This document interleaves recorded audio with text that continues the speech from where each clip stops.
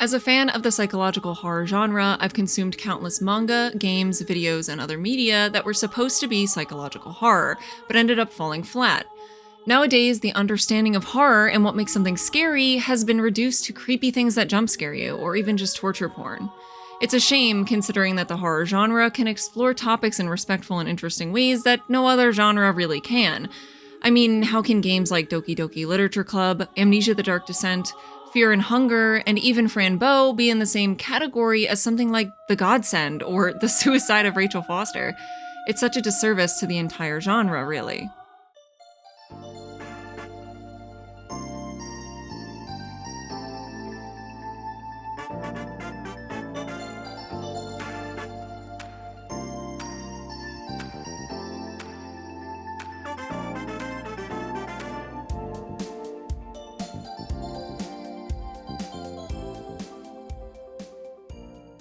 I have been searching since I was a kid for anything that could truly leave me feeling unnerved and questioning my worldview and values.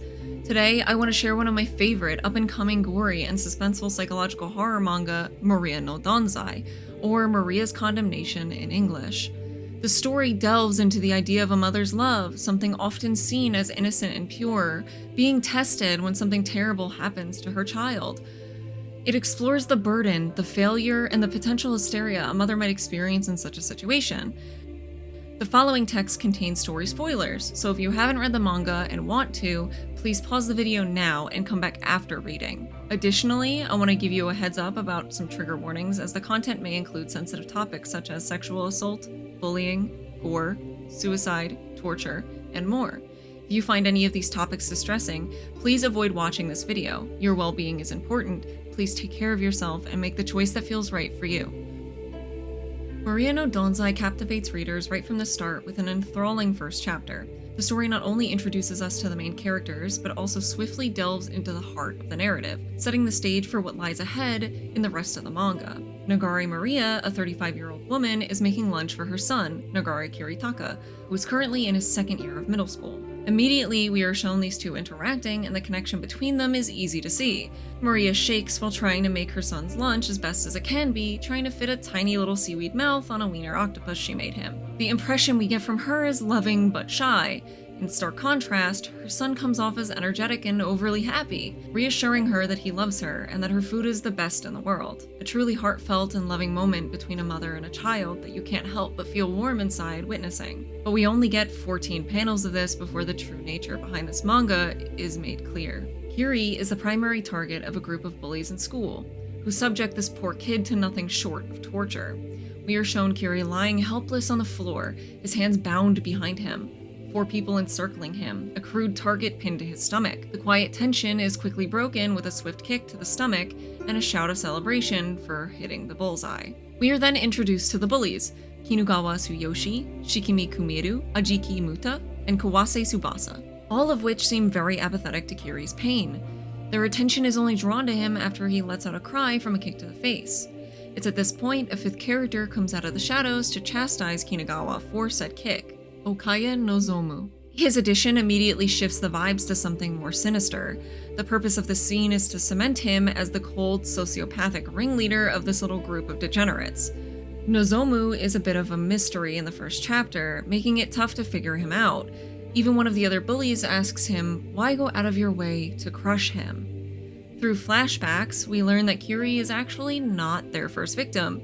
They previously tortured another kid, and Kiri fought to defend him, making him their new target. Once the flashback ends, we get Nomazu's answer. A simple, I didn't like the look in his eyes, I guess. Now, a small side tangent, as a child who was bullied relentlessly pretty much my entire life in school, this part filled me with a certain rage I had not experienced in a long time, opening up old wounds I thought had long since been healed over. Reading those words, their senselessness and irresponsibility hit far too close to home for me. When Kiri returns home, he has another heartfelt moment with his mother. It was his birthday and he had completely forgotten, but she surprised him with a cake anyway. Upon noticing the wound on his face, though, she begins to clean it for him and he pretends that he had just tripped at school, nothing serious. She then shares with him her own experience of growing up as a bullied orphan. She mentions that the only person who was ever there for her or showed her love had been her school nurse at the time, and she had dreamt of becoming one ever since. But the world gave her something even better, and she then holds on tightly to it. her son. The purpose of showing these moments of love is to emphasize Kiri's significance to his mother. Later that evening, though, the bullies will go too far.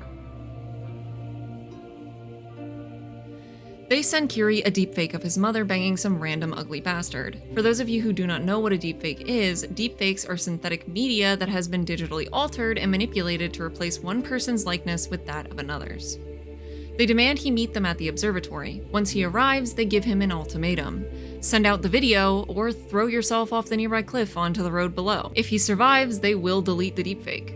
Kiri, without any hesitation, leaped over the edge of the cliff, his heart racing as he plummeted down towards the ground below him. Upon landing, he felt an excruciating pain as his legs buckled beneath him, the impact leaving him writhing in agony. Miraculously, he survived the fall, though his legs were severely injured. Meanwhile, Kiri's mother, alerted by the sound of his departure late at night, uses the tracker on his phone to help locate him. With worry heavy on her heart, she hurried to the scene to ensure her son was safe. She gets there immediately after he lands and before she can even process.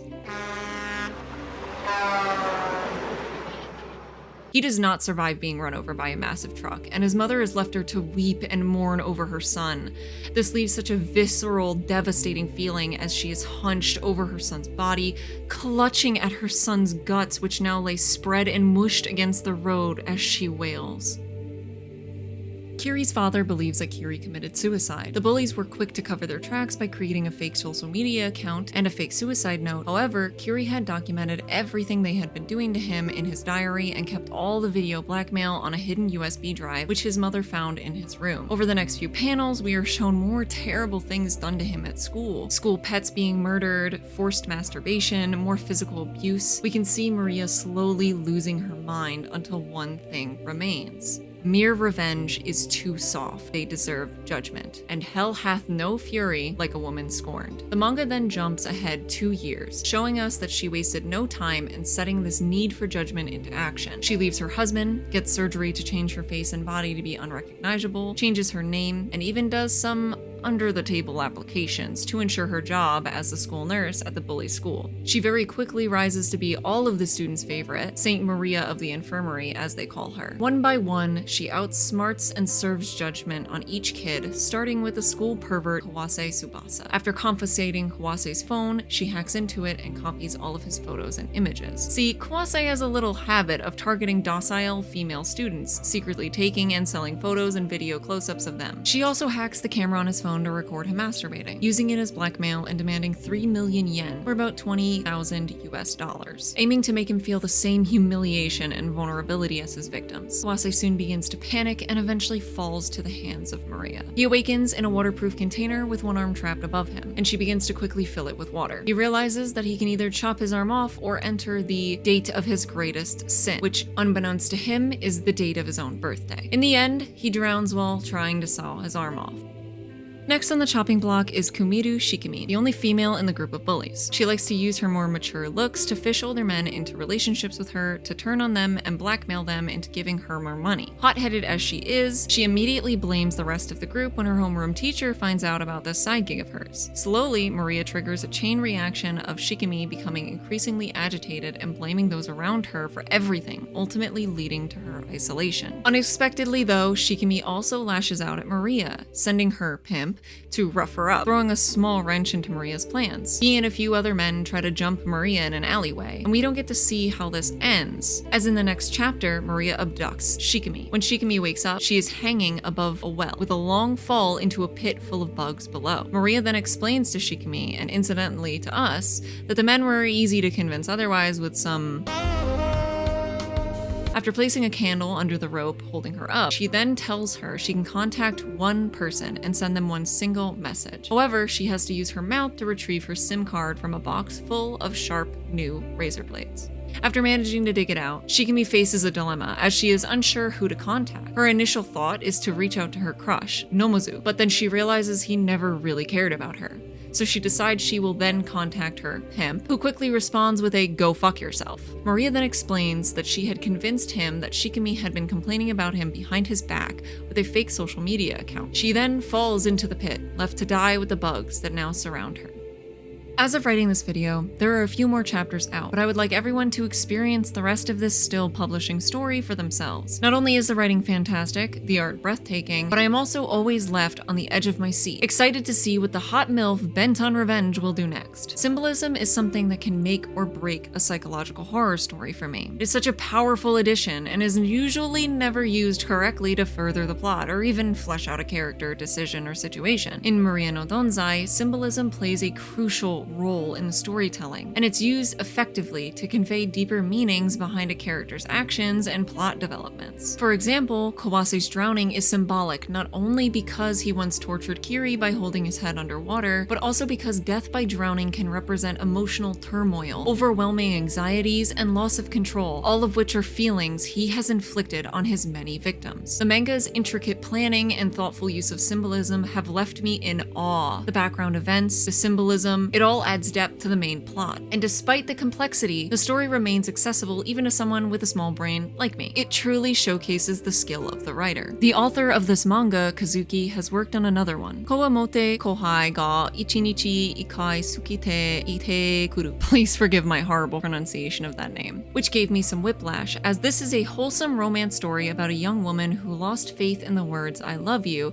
after she discovered her longtime boyfriend had been cheating on her for, well, a long time behind her back. Suddenly, her junior at work confesses to her and declares that he will tell her he loves her every day, which quickly becomes an office romance. They have also done the art for this manga, which does look amazing. Now, Kazuki didn't illustrate Maria no Donzai, but Junto Kamejima did. As somewhat of an artist myself, I do want to take time to gush about the fantastic illustrations of this manga. Not only do all of the characters look unique and well designed, but they also say a lot about their personalities with just the art themselves. All of the backgrounds are masterfully detailed and well done, and most importantly, I really adore how Maria is usually shown with this angelic light cascading down upon her. It really fills these moments with this feeling of gracefulness that contradicts the gory horror of whatever else is actually happening, fully leaning into the saint of judgment. I'd like to expand on an earlier statement where I referred to some horror media as torture porn, and explain why I don't categorize this manga in the same way. To me, the distinction lies in the intent behind the violence. If the deaths are depicted in a way that is meant to be fetishized, or intended just to shock you with excessive gore, I would consider that torture porn. For example, in my opinion, ReZero ended up just becoming torture porn near the end of its first season. However, if the characters have development and lives outside of gore, or if the torture and horror serve some meaningful purpose in advancing the plot, then it transcends that label. In Maria no Donzai, every event has a purpose, driving the plot forward and contributing to the character's development, even if the characters ultimately meet a grim end. If you are a horror fan like me, I highly recommend adding this manga to your to-read list. It's still ongoing, the artwork is truly captivating, and the story is filled with suspense, and the well-developed characters make it a compelling and engaging read. The way the plot unfolds keeps you on the edge of your seat, and the art style complements the eerie atmosphere of the story perfectly. I eagerly anticipate each new chapter, and I'm sure you will too if you give it a chance. Thank you all for watching. This is my first video essay, so I would appreciate any and all opinions, advice, and critiques in the comments below. And if you like this video, please remember to give it a like and maybe subscribe to my YouTube channel. If you really just can't get enough of yours truly, I do also stream on Twitch occasionally when I find the time, so you can also find me there. The link will be below. Thank you again, my beloved travelers, and I will see you next time.